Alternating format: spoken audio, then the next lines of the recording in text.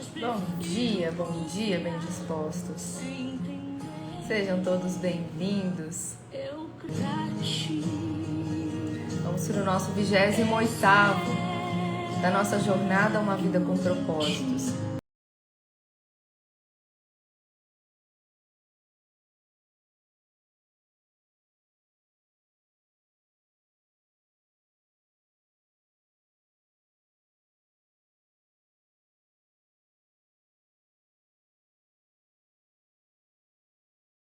Nessa manhã desse domingo, nós queremos começar juntos agradecendo a Deus por esse dia que está apenas começando.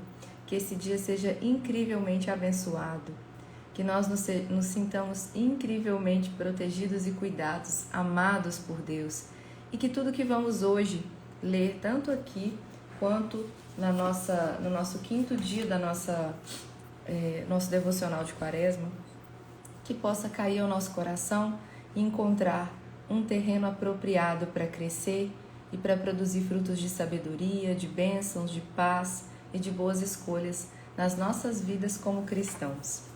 Então vamos começar. Hoje é o dia 28 e o título é Isso Leva Tempo. Tudo na terra tem seu tempo próprio, seu momento apropriado. Eclesiastes capítulo 3, versículo 1. Tenho certeza de que Deus, que começou a boa obra em vocês, continuará ajudando-os a crescer em sua graça, até quando sua tarefa em vocês estiver finalmente terminada, naquele dia em que Jesus Cristo voltar. Filipenses capítulo 1, versículo 6. Não existem atalhos para chegar à maturidade. Levam-se anos para chegar à idade adulta e é necessária toda uma estação para que um fruto cresça e amadureça. O mesmo se dá com o fruto do Espírito. O desenvolvimento do caráter cristão não pode ser apressado. O crescimento espiritual, assim como o físico, exige tempo. Quando você tenta proporcionar um amadurecimento mais rápido a um fruto, ele perde o sabor. Nos Estados Unidos, os tomates são normalmente colhidos antes do amadurecimento, para evitar a deterioração durante o transporte até o varejista. Então, antes de serem vendidos, os tomates verdes são pulverizados com gás carbônico, que os torna vermelhos instantaneamente. Tomates pulverizados são comestíveis, mas não são páreo para o sabor de um tomate devidamente amadurecido no pé. Enquanto nos preocupamos com a rapidez do nosso crescimento, Deus se preocupa em ver-nos crescer fortes. Deus vê a nossa vida desde a eternidade e para a eternidade, por isso nunca está com pressa.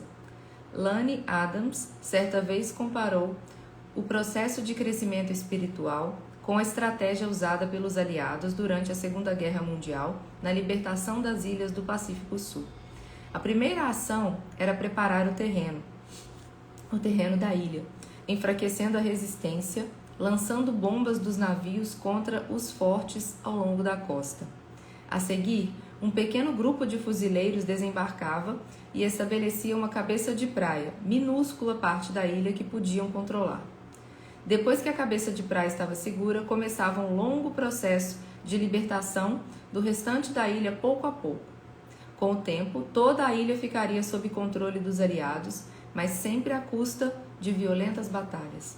Adams estabelece a seguinte analogia: antes de Cristo alcançar a nossa vida no momento da conversão, ele algumas vezes precisa preparar o terreno, permitindo assim a ocorrência de alguns problemas com os quais não podemos lidar. Embora algumas pessoas abram a vida para Cristo tão logo ele bata à porta, a maioria de nós resiste e fica na defensiva.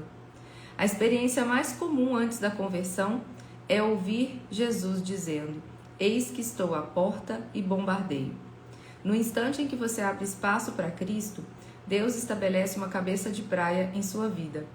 Você pode até imaginar que já entregou a vida inteiramente a Ele, mas a verdade é que há alguma boa parte dela que você nem mesmo conhece. Só se pode entregar a Deus aquela parte que consegue compreender. Ótimo! Uma vez que Cristo estabelece uma cabeça de praia, Ele começa a campanha para conquistar mais e mais território, até que a sua vida seja completamente dele. Batalhas se seguirão, mas a vitória é certa.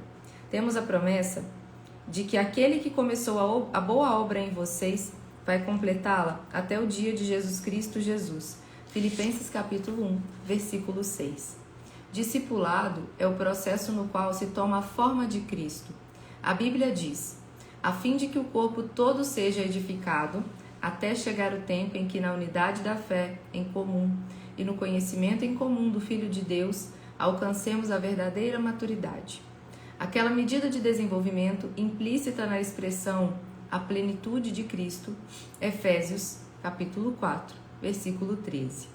Tornar-se semelhante a Cristo é o seu destino final, mas a jornada durará uma vida toda. Até aqui, vimos que essa jornada envolve acreditar, através da adoração, pertencer, através da comunhão, e transformar-se através do discipulado. Deus deseja que você se torne cada dia mais parecido com Ele. Você começou a viver uma nova vida, na qual está sendo feito de novo e se tornando como aquele que o criou. Colossenses capítulo 3, versículo 10. Hoje, somos obcecados por rapidez, mas Deus se interessa mais por resistência e constância. Preferimos o jeitinho, o atalho, a solução imediata.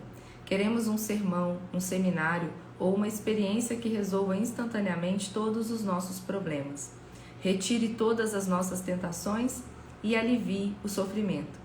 Mas a verdadeira maturidade jamais será resultado de uma única experiência, por mais contundente e emocionante que seja. Crescer é um processo gradual.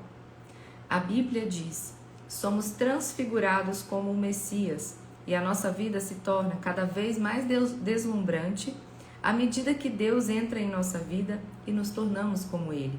2 Coríntios 3, versículo 18. Por que demora tanto tempo? Embora Deus possa nos transformar instantaneamente, Ele optou por desenvolver a cada um de nós vagarosamente. Jesus é cauteloso no desenvolvimento dos seus discípulos. Assim como Deus permitiu que os israelitas se apoderassem da terra prometida aos poucos, para que não fossem prejudicados, Ele prefere trabalhar progressivamente em nossa vida. Por que levamos tanto tempo para mudar e crescer? Há várias razões. Primeira, nosso aprendizado é lento. É comum termos que repetir uma lição 40 ou 50 vezes até realmente assimilá-la. Os problemas se repetem periodicamente e pensamos: de novo não, eu já aprendi isso. Deus, porém, é quem de fato sabe do que precisamos. A história de Israel demonstra quão depressa nos esquecemos das lições que Deus ensina e a rapidez com que retornamos aos velhos padrões de comportamento. Precisamos de reiteradas explicações. Segundo ponto, temos muito a desaprender. Muitos procuram um psicólogo por causa de um problema pessoal ou relacional que levou anos para se desenvolver e dizem: preciso que você resolva isso, tenho 1 hora. Ingenuamente esperam receber uma solução instantânea para uma dificuldade arraigada há anos. Como a maioria de nossos problemas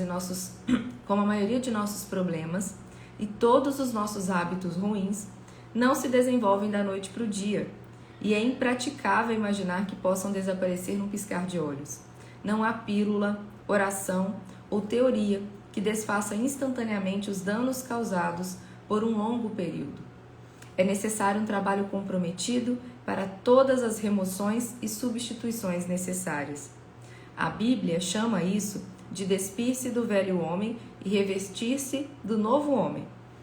Embora tenha recebido uma natureza inteiramente nova no momento da conversão, você ainda preserva antigos hábitos, padrões e práticas que precisam ser eliminados e substituídos.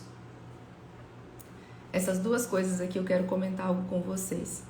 Como psicóloga, principalmente como psicóloga, mais até do que como nutricionista, eu vejo o quanto existem pessoas que confundem o entender com o aprender. Quando nós entendemos alguma coisa que se repete na nossa vida e nos traz um resultado ruim, em qualquer área da vida, pode ser no nosso relacionamento conjugal, pode ser no nosso modo de conduzir com os filhos, pode ser na nossa forma de cuidar da nossa alimentação, pode ser na nossa área financeira, em qualquer área. Tem muitas pessoas que ainda confundem o aprender com o entender. eu posso ter entendido alguma coisa, mas eu de fato só aprendi quando eu mudei as minhas atitudes, as minhas emoções e, consequentemente, os meus resultados. Então, somente quando os meus resultados são diferentes do que eles vinham sendo naquela determinada área, é que você pode falar que você de fato aprendeu. Enquanto os seus resultados não são ainda diferentes naquela área que você entendeu que existia uma crença disfuncional ou uma atitude que estava te levando a um resultado inesperado ou um resultado que você não gostaria de ter, enquanto você ainda não mudou constantemente a atitude, as emoções referentes àquela situação e o resultado referente àquela mudança de atitudes e de emoções, você não pode falar que aprendeu. Você pode assistir uma aula sobre finanças e falar que entendeu. Aprendeu é quando você colocou em prática e as suas finanças mudaram o resultado. Você pode ouvir uma palestra sobre casamento. Se você tem um resultado diferente na sua vida conjugal daquilo ali, você só pode falar que você aprendeu quando as suas ações como marido, como mulher, mudaram ao ponto do seu casamento mudar. Antes disso, você pode falar que você entendeu. Aprender é diferente porque aprender é igual a mudar. E o mudar, ele implica em mudança de resultado. Então você não pode falar que você agiu diferente por um dia e que por isso você aprendeu. Você pode falar que uma vez que você passou a agir diferente e os resultados foram ficando diferentes, você de fato aprendeu. E a outra coisa, como nós temos todo um aprendizado ao longo da nossa vida, nós temos muito aprendizado que hoje ele não faz mais sentido, mas nós praticamos ao longo da nossa vida, ou porque aprendemos com os nossos pais, ou com os nossos amigos, ou na nossa vida profissional com pessoas que convivem com a gente. E existem hábitos que precisam ser desaprendidos para que novos hábitos se instalem. Só que aquele hábito que você tinha, ele não vai deixar de existir.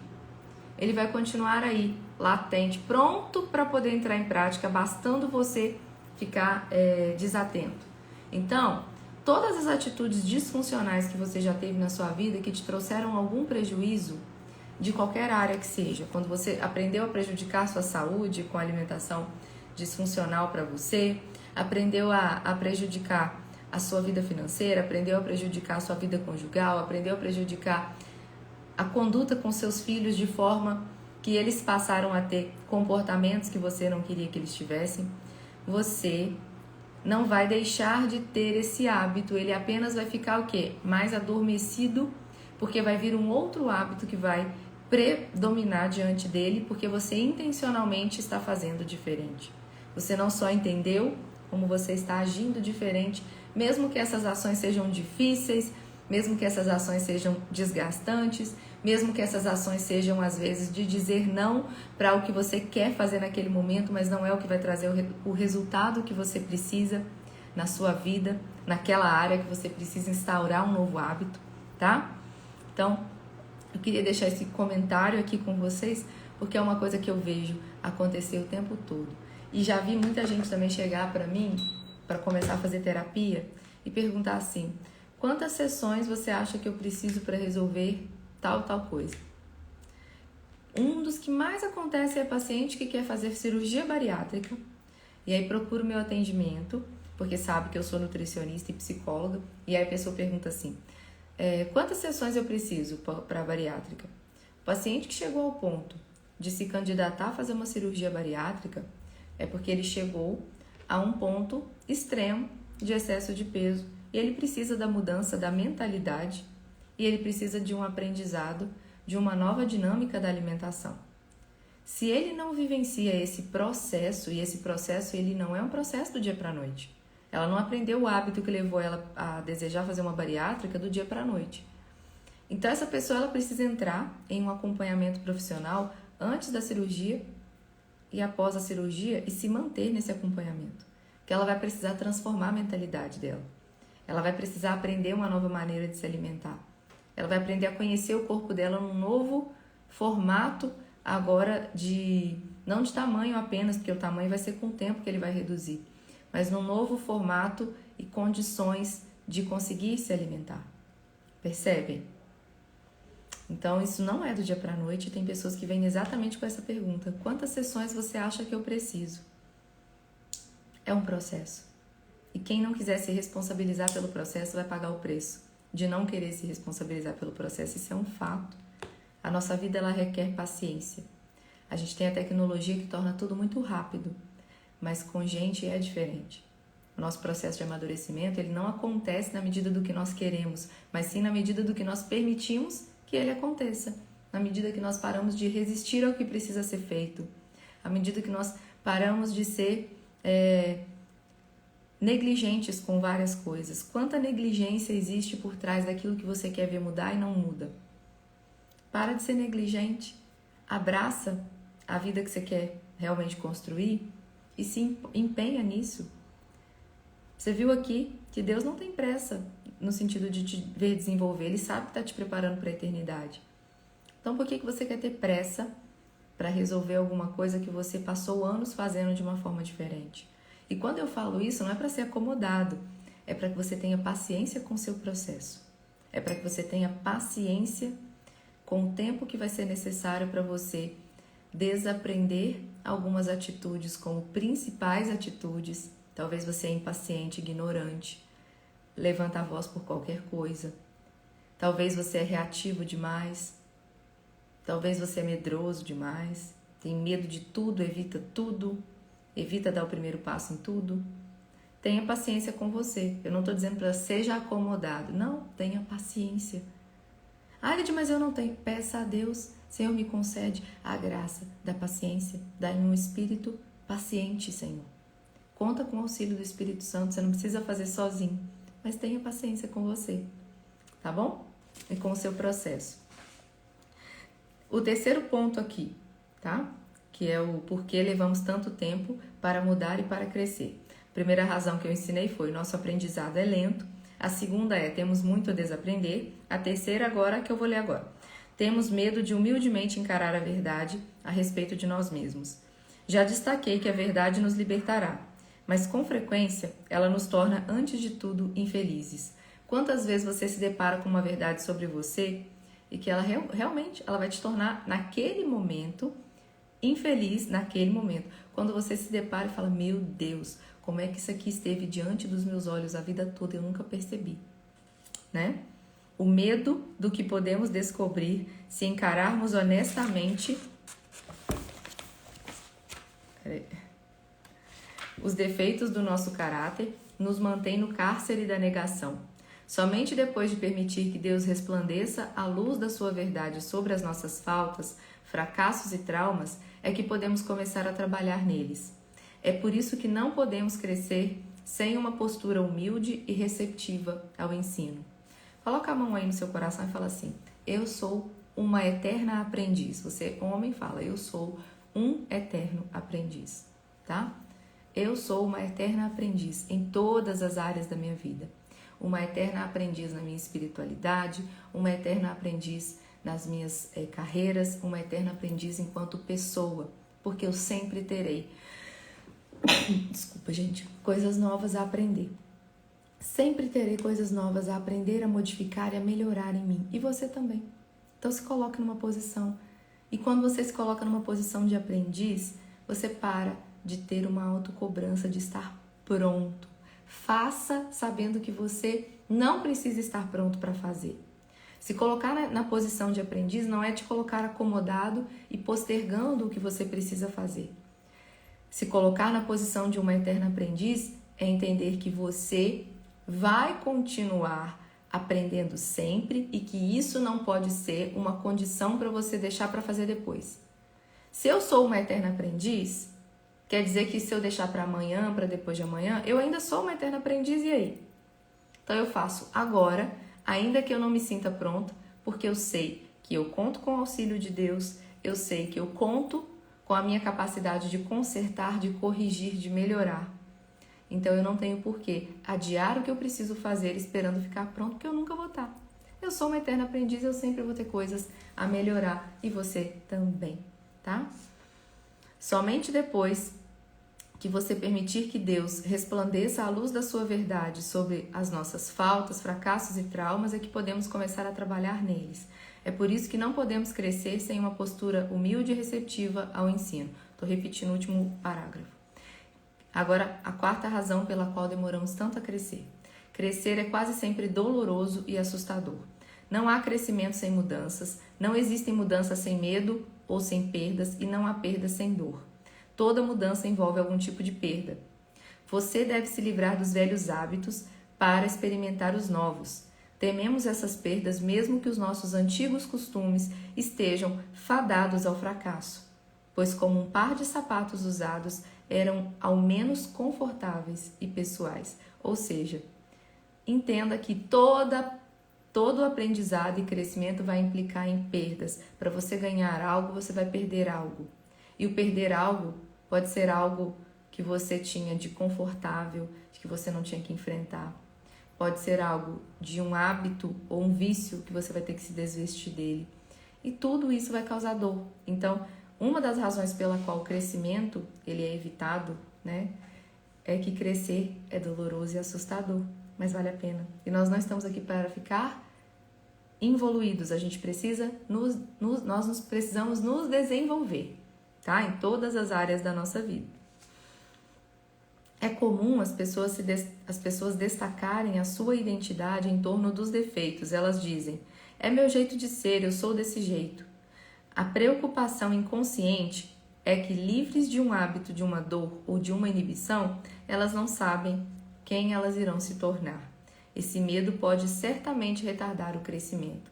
Ou seja, pode ser que, dentro de uma realidade disfuncional que você vive, no seu casamento, com o seu cônjuge, ou na maneira como você conduz na educação dos seus filhos, ou na forma de viver a sua vida profissional, a sua vida hoje, além de você já estar confortavelmente sabendo como é viver nessa situação ruim, você teme como é que vai ser quando você se permitir mudar e se tornar essa nova pessoa, com atitudes diferentes, com emoções diferentes, com postura diferente. Como você teme quem você vai se tornar, você teme perder essa identificação que você tinha com a sua velha forma de ser, que às vezes não era uma coisa que te deixava feliz, mas era uma forma conhecida para você, tá? Então, não tema. Esse medo pode certamente retardar o seu crescimento. A quarta razão pela qual nós demoramos tanto tempo para crescer: hábitos levam tempo para se desenvolver. Lembre-se de que o seu caráter é a soma total dos seus hábitos. Você não pode se dizer gentil a menos que você seja habitualmente gentil. Isso é, alguém que demonstre gentileza sem nem mesmo pensar nisso. E aqui vale a pena pensar o seguinte: quando eu nem sei que eu sei fazer alguma coisa, é quando já entrou no modo automático algumas atitudes. Então, uma pessoa que é automaticamente gentil, ela não pensa para ser gentil. Isso já está na identidade dela ser gentil, já faz parte da natureza dela, já se tornou parte dela. Se você precisa forçar ou pensar para ser gentil com alguém, para ser generoso com alguém, para ter educação ao falar com alguém, você ainda não é essa pessoa. Você pode até estar no processo para se tornar, mas você ainda não é. Ou seja, hábitos levam tempo para se desenvolver. Você não pode afirmar que você é íntegro a menos que você tenha o hábito de ser honesto. O marido fiel à mulher, apenas na maior parte do tempo, não é de modo algum fiel. Os hábitos, eles definem o nosso caráter. Só há uma maneira de desenvolver os hábitos que resultam num caráter semelhante ao de Cristo: praticando. E isso leva tempo. Não existem hábitos instantâneos, não existem mesmo, tá? Paulo exorta Timóteo: pratique essas coisas, dedique a sua vida a elas, para que todos possam ver o seu progresso. 1 Timóteo 4, versículo 15. Com o tempo, você fica bom em qualquer coisa que você praticar. A repetição é a mãe do caráter e da habilidade. Os hábitos que constroem o caráter são, em geral, chamados de disciplinas espirituais, e existem dezenas de ótimos livros que ensinam a praticá-las. Então vamos de novo. Com o tempo, você fica bom em qualquer coisa que praticar. A repetição é a mãe do caráter e da habilidade. Os hábitos que constroem o caráter são, em geral, chamados de disciplinas espirituais, e existem dezenas de ótimos livros que ensinam a aplicá-las. Não se apresse. À medida que cresce rumo à maturidade espiritual, você pode cooperar com Deus nesse processo de várias maneiras. Creia que Deus está operando em sua vida mesmo quando você não o sente. O crescimento espiritual às vezes é tedioso porque avança um passo de cada vez. Assim, espere uma melhora também progressiva. A Bíblia diz: tudo na terra tem o seu próprio tempo, o seu momento apropriado. Bom dia, Ângelo. Seja bem-vindo, meu amigo. Eclesiastes capítulo 3, versículo 1. Na vida espiritual também existem estações e pode haver uma curta e intensa explosão de crescimento, primavera, seguida por um período de estabilidade e de provações, que é o outono e o inverno. E quanto aos problemas, hábitos e mágoas que você gostaria de eliminar miraculosamente? Não há nada de errado em orar por um milagre, mas não fique decepcionado se a resposta for uma mudança gradual. Com o tempo, uma correnteza lenta e firme desgastará a mais dura rocha e transformará penhascos gigantes em seixos. Com o tempo, um pequeno broto pode se transformar numa sequoia gigante com mais de 100 metros de altura. Ontem, eu estava vendo meu esposo mostrando a foto de quando essa nossa casa foi construída, quando ela foi comprada pelos donos. E aí, tinha 2 ciprestes na frente que tem, e hoje eles são da altura da casa. Eles eram duas varetinhas na frente da casa. E aí, como pode, em um período de pouco mais de 10 anos, uma varetinha de nada se tornar tão grande e robusta quanto se tornou, tão imponente? Então tenha paciência. O tempo passa rápido. A gente não tem esse hábito de falar: nossa, mas está passando tão rápido. Eu mesma falo: meu Deus, como a semana passou rápido. Eu não vi a semana passar. Eu tenho o hábito de falar isso sempre. Por quê? A nossa vida, as distrações que nós temos até sem querer, com um WhatsApp que a gente recebe toda hora, com demandas que vão chegando pra gente, a gente não vê passar. Então, não se apresse. Viva o seu tempo. Mas viva o seu tempo intencionalmente, se relacionando com Deus, intencionalmente, próximo das pessoas que fazem sentido para você estar próximo delas, porque elas te agregam de alguma maneira. Fique próximo também daquilo que vai se conectar com o que você quer construir lá na frente. Então, busque o aprendizado certo, os conteúdos certos, os livros certos. Eu vejo, por exemplo, tem pessoas que gostam muito de leitura, mas se dedicam muito à leitura de ficção, por exemplo. Lídia, você tem alguma coisa contra algum tipo de livro? Eu não tenho contra nada. Até porque nós temos a liberdade de ter o hobby que a gente quiser, de fazer o que quiser. Mas não faz o menor sentido você, às vezes, ler 2, 3 livros de ficção se você não lê a palavra de Deus, se você não lê um livro de desenvolvimento pessoal, um livro de finanças. Se você consegue ler 3, 4 livros de ficção, de romance, e não consegue parar para fazer uma leitura da área que você trabalha, não faz sentido. Não faz sentido. Na verdade, você está lendo, mas não é a leitura por ler ou ler qualquer tipo de livro que vai agregar no seu desenvolvimento.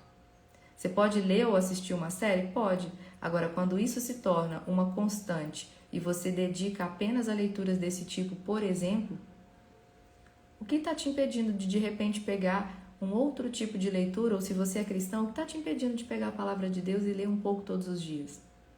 Percebe? Então vamos concluindo aqui.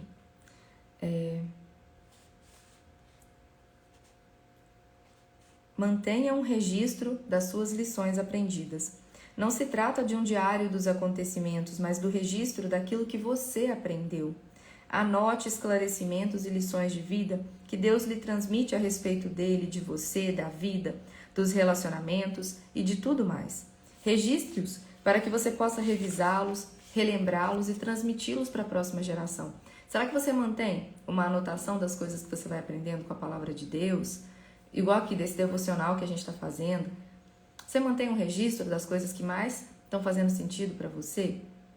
Quando você registra, quando você tem algum insight a respeito de qualquer coisa, inclusive na sua espiritualidade, revisitar o que você anotou também vai te ajudar a reafirmar as lições que você aprendeu e poder passá-las para frente. A razão pela qual devemos reaprender as lições é que costumamos esquecê-las. Reler o diário espiritual regularmente pode lhe poupar muito sofrimento e desgosto.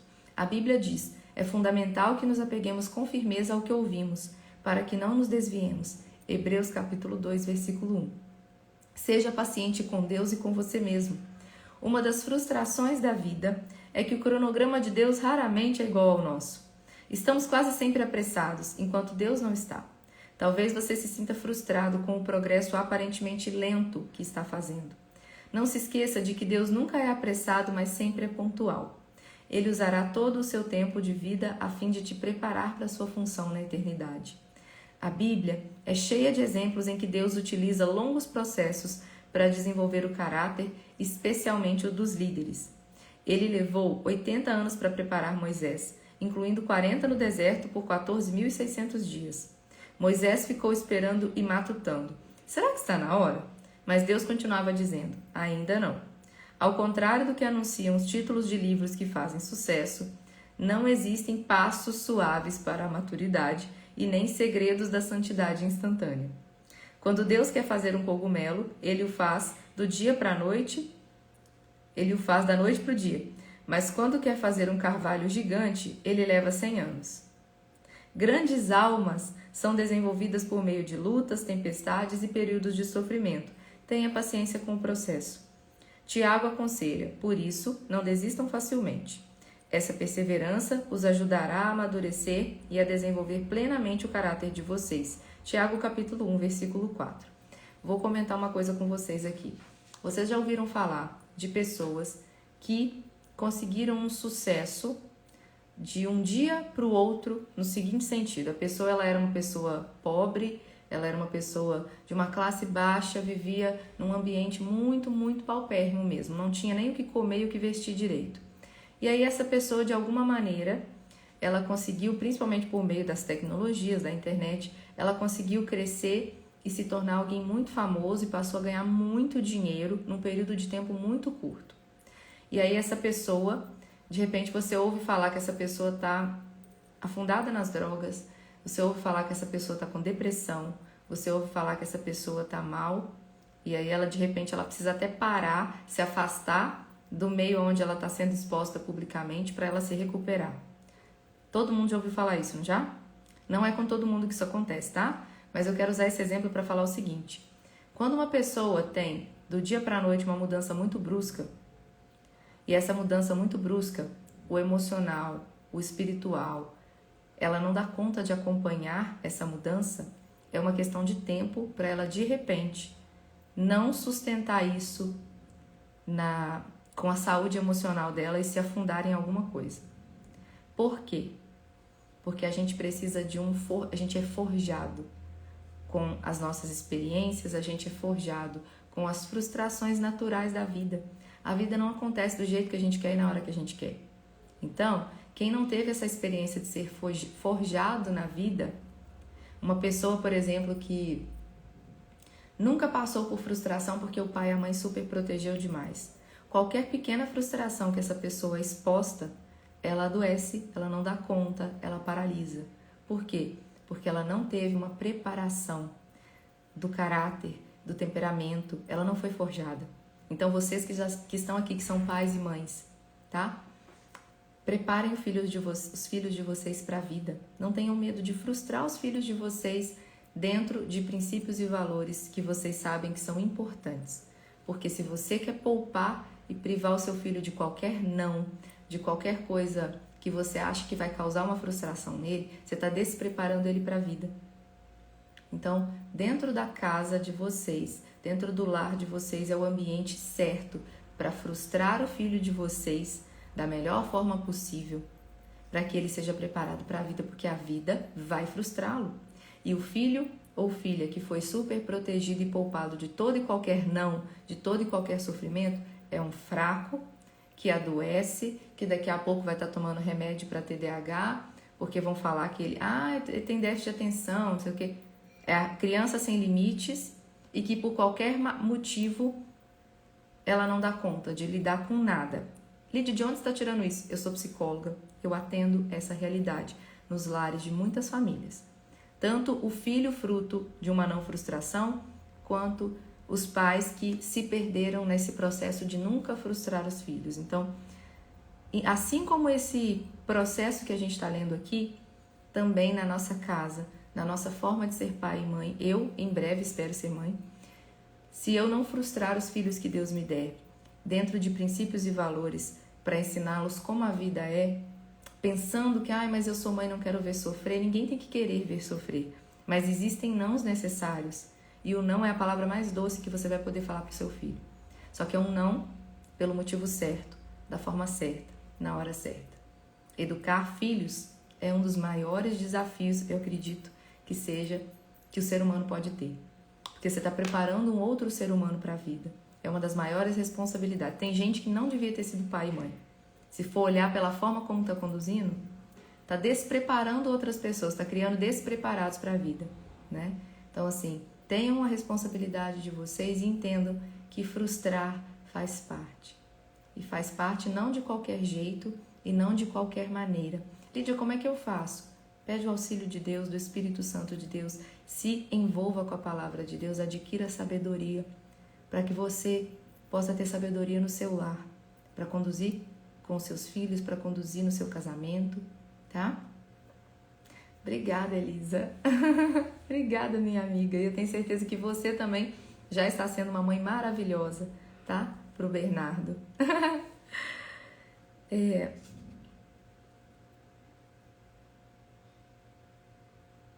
Essa perseverança os ajudará a amadurecer e a desenvolver plenamente o caráter de vocês. Não desanime. Quando Abacuque ficou deprimido por achar que Deus não estava agindo rápido o suficiente, Deus lhe respondeu: essas coisas que eu planejei não acontecerão, porém imediatamente. Devagar, firmemente e com certeza, vai se aproximando o tempo em que a visão será cumprida. Se parecer demorar muito, não se desespere, porque tudo vai acontecer mesmo. Seja paciente. O cumprimento dessa promessa não vai chegar nem um dia atrasado. Abacuque capítulo 2, versículo 3. O atraso não é uma negativa de Deus. Lembre-se de quanto você já passou, não de quanto terá que passar. Você não está onde deseja estar, mas também não está onde costumava estar. Tempos atrás, alguns cristãos americanos usavam um broche com as letras P, B, G, I, N, F, W, M, Y, que significava: por favor, seja paciente. Deus ainda não concluiu a obra dele em mim. Deus ainda não concluiu a obra dele em você, então siga em frente. Até mesmo a lesma alcançou a arca por perseverar. Pensando sobre o meu propósito de vida, tema para a reflexão: não existem atalhos para chegar à maturidade. Não existem atalhos para chegar à maturidade. Versículo para memorizar: Deus começou a fazer uma boa obra em vocês, e tenho certeza de que Ele a continuará até que ela seja concluída, quando Jesus Cristo voltar outra vez. Filipenses capítulo 1, versículo 6. Pergunta para meditar: em qual área do meu crescimento espiritual eu preciso ser mais paciente e mais persistente? Pensem aí, em qual área da sua vida espiritual você precisa ser mais paciente e mais persistente. E para fechar, antes da gente passar para o nosso devocional da Quaresma, quero fazer um outro comentário com vocês e quero agradecer também para a Yara falando aqui: obrigada por compartilhar tantos ensinamentos conosco. É uma honra poder compartilhar tudo isso com vocês, e se fizer sentido e diferença na vida de vocês, a minha missão estará sendo cumprida. Tem pessoas que têm 50 anos de idade e são imaturos como alguém de 15. A única diferença é que essa pessoa tem 50 anos na carteira de identidade, mas o emocional dela é um emocional de 15 anos de idade. Você olha para a cara dela, ela tem uma cara de 50 anos, mas o emocional, a imaturidade emocional é de um adolescente. Tem adolescentes e jovens que, como tiveram um bom preparo da vida, um bom preparo pelos pais, que às vezes eles têm 20 anos de idade. Mas aí, por terem sido já, desde novos, preparados para a vida, você vai encontrar pessoas aí com 20 anos de idade empreendendo e dando conta de lidar com desafios, dando conta de lidar com responsabilidades, que pais de família com 50 anos, mães de família com 50, 60 anos, não lidam da mesma forma. Não confundam idade com maturidade. Eu posso ser uma pessoa de 60 anos de idade completamente imatura, como eu posso ser uma pessoa de 20 anos de idade com uma responsabilidade, uma maturidade emocional de alguém até mais velho do que eu. Então não confunda. Não pense você, porque você já tem aí suas marcas de expressão, que você é uma pessoa madura. Isso não quer dizer nada. Eu via isso dentro da minha casa, completamente. Como eu tenho visto, por exemplo, a minha mãe, com 62, fez 63 agora, anos de idade, amadurecendo. Ela está amadurecendo depois de adulta. A minha mãe tem amadurecido mais nesse tempo agora, desde que ela ficou viúva, emocionalmente, do que no tempo todo que ela ficou casada. E por que eu tô vendo isso? Durante o tempo em que ela era casada e que ela, meu pai era vivo, eu via que durante muito tempo ela se colocou numa posição que para ela era o que fazia sentido, de estar ali como esposa, e da geração dela era uma posição mais de submissão. Só que muitas coisas ela não tomava a iniciativa, de certas áreas sim, ela tinha atingido a maturidade, mas algumas outras ela não tomava a iniciativa porque dentro do contexto do relacionamento, ela acabava fazendo esse ajuste para que as coisas ficassem bem. E após esse período, após passar todo o período de luto e tudo mais, eu consigo ver o florescer do emocional dela, da maturidade emocional para algumas coisas e até ansiedade reduzindo. Até é um processo. Então não confunda. O fato de você ter idade não quer dizer que você seja maduro. O fato de você ser jovem não quer dizer que você seja imaturo. Mas é óbvio que uma pessoa bem preparada com 20 anos, ela não vai ter a maturidade de alguém de 50 bem preparado. Uma pessoa de 50, bem vivido, bem preparado, responsável, que cuida do emocional, que se relaciona bem com Deus, óbvio, não tem comparação. Uma pessoa aos 20, aos 50, bem preparada, ela vai ser bem diferente. Mas o que eu queria relatar era, não confunda. Você vai encontrar pais de família, mães de família, que não são maduros emocionalmente para tal. Estão ali dando o melhor que conseguem, estão ali vivendo, mas não significa que elas estejam sendo maduras. Então tudo é processo. Independente de onde você está e como você está, esteja aberto ao seu processo. Esteja aberto a viver o seu processo, ok? E conte com o auxílio de Deus. Você não tem que estar nessa sozinho, você não está sozinho. E conte também comigo, com os outros bem dispostos aqui. Preparem o dedinho aí pra gente fazer o print, porque eu quero mais uma vez contar com o apoio de vocês para compartilhar, para que essa mensagem chegue a mais lares, para que a gente possa viver o nosso propósito juntos, que é do Cresce Mais, quem cresce junto. Então prepara o dedinho aí. 1, 2, 3 e... Obrigada, Senhor, por toda a mensagem transmitida ao nosso coração. Eu te louvo também pela vida de cada pessoa que aqui está. Que o Senhor abençoe a vida de cada um, os lares de cada um, a família de cada um. E que permaneçamos sempre juntos, bem dispostos. E amanhã, às 5h27, estaremos aqui com a nossa live, 29º dia de uma vida com propósitos e o nosso 6º dia da nossa caminhada quaresmal, tá bom? Beijo grande para vocês e até amanhã.